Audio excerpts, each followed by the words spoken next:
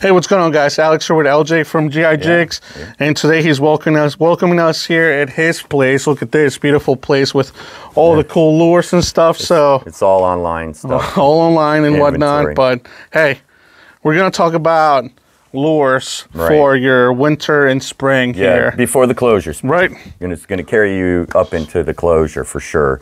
And these are the lures that I normally use. As you can see, they're already pre-rigged. Right. I don't like to be on a boat trying to rig everything up, right? No, especially when the bite's going on, right? Yeah. Oh my God. Yeah. Oh, I just had one ripped somehow, and then I need another one the same color weight. Right. You got to have them ready. You got to be ready out there because you never know what's going to happen. So we're going to start off with some of the stuff here that you guys are going to want to have, like I'll just say, ready for this next few months here. And we'll start off with plastics and jigs. All right, we'll start with plastics. So let's talk about, I guess, sizes and of the plastics and weights. So the reason I have these XLs rigged up right now is because these are for suspended fish. Right. You know, it's rare that we have birds. We've had some recently. We might still have a few left in the winter. Don't count on it. But when the birds come up, that means the fish are high. Right. And you got to get your baits high, mid-depth up, and that's what you want to do. These are 1.5 ounce GI jigs. Some of my 1.5s are extra heavy duty hooks, and some are standard hooks. You know, the rockfish. I'm not too worried about it with the rockfish.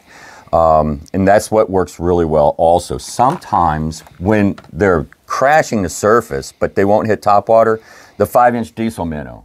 That's why these are rigged up. Yep. Yes, yes. And I'm not gonna jig it as much, but I want that small bait with a lighter head to keep it high. Right. You know, and that'll work for me. And then now the diesel minnows, now that's a little bit different. This one's rigged up for, I was playing around. You really want a heavier head on your diesel minnow. That was a trolling one. Yeah, the beefy one, right? The extra heavy one. It gets down quick. But you can get this lure to the bottom and up. So you can work the column is what I'm after with these. And that's when, so right now they're on the smaller baits, that's XLs. As winter gets cold, as things get colder, the fish push deeper. They're going to want bigger baits. They're not looking for the smaller baits. Right.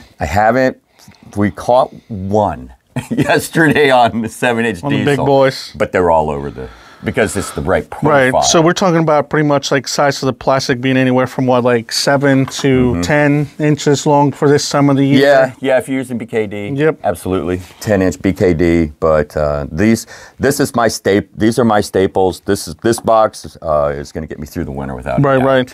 And weight sizes. What would you recommend for jigs to have for like a spread of what jig sizes roughly, I guess, for this time of the year? What you wanted, the standard is 1.5. When they're higher, I'll go 1.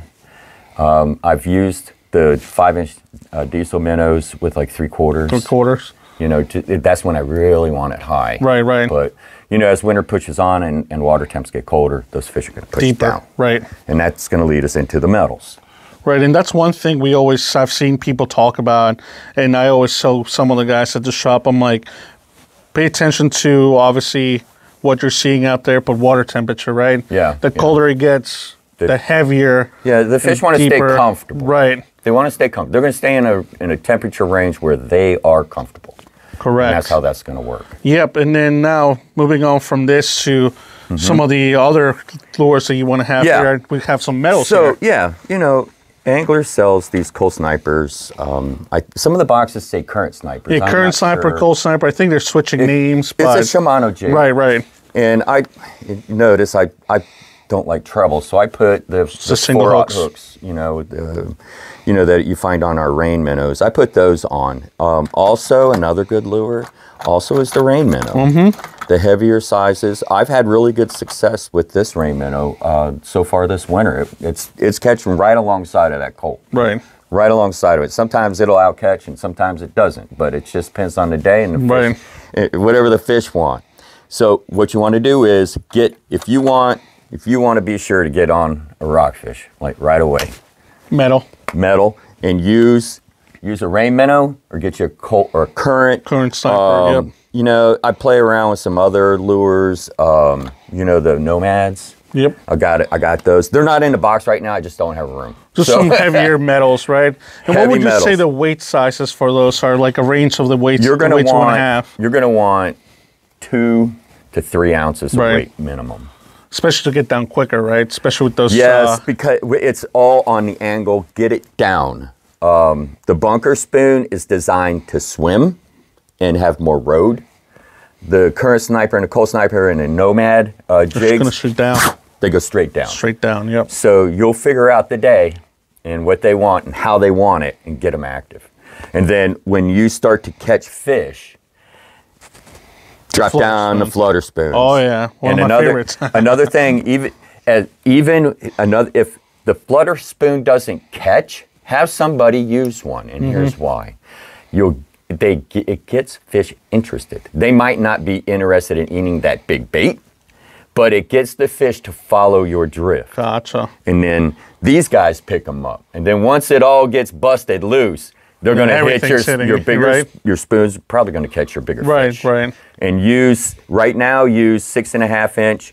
Some of those guys here. Yep. You guys sell those lures, and then here pretty soon go to 8 inch. The big, the right Magnum, around January. Right? Yep. Yeah, the Magnum. Go to the 8 inch. Those weigh 3.5 ounces. Yeah, so they get down fairly quick, right? On the bigger size ones. Right, and fish it with a slack line. Right. So you lift it up and put it right back. Put your tip right back down in the water and give it all that slack. And that's what I tell some of the guys. It's pretty simple to use. Just kind of, lift and follow it down. Don't follow it down. Let it go. Because when it falls freely, it wants to spin. Yep. This is what drives them crazy. Is the way it falls. It's erratic. And sometimes you're going to get them under the chin. Right. But it's just because it's real hard for them to get. They're going to come up and they're going to grab that bait on the side. And what a rockfish normally does is it turns it head first. And then there you go. Yeah, so he's going to grab it here, and you might just get him under the chin here, and he's like, oh, well, but he's still going to be okay. Just pop the hook off. And another thing I always tell people, these are barbless. I pinched the barbs, okay? Yep. You don't need them barbs on there. Do not damage the fish. Just keep pressure on them, right? Just keep pressure. You won't. I've never lost one because I used a barbless hook. So. Yeah, and then it's safer that way too, especially with those treble hooks when you're handling them and whatnot. Better on the fish and everything. Too, the singles. There's no reason to have a barb on them, and especially in winter on fish you're going to release. Yeah, absolutely. And like you said, way better for the fish, of course. Way better for the fish. And I guess quick thing on the flutter spoons and metals. Color once again. What do you like a little spread Mix of it colors? Up. Like I've always told people don't use this chartreuse. This year's working. You never know, right? No, you never know. Oh, it just blows my mind, man.